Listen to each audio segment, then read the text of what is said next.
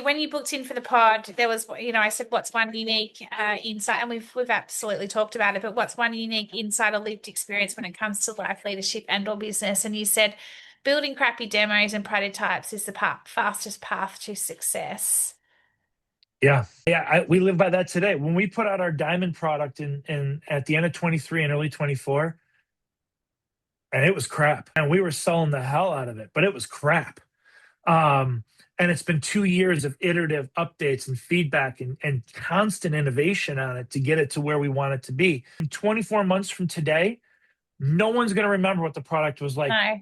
They're never going to remember it. They're going to remember what it's like today, what the person next to them is using, what the person they know said about it. And so often, so many times, founders, and I know I have friends of mine that I've had deep conversations with about this, is they want to build and build and build and iterate, but they're iterating with their own sense of perfection and level of what they think it ought to be without any real true customer insight, right? And I know there's a lot of like different, workshops out there and cohorts and accelerators that are like, oh, hey, we're going to get you in touch with the first 20 customers, and you're going to get like 20 customers. We're not going to tell you anything. It's your first 500 customers that are going to help you build the product, because you're going to hear 500 different ways that they want it to be done.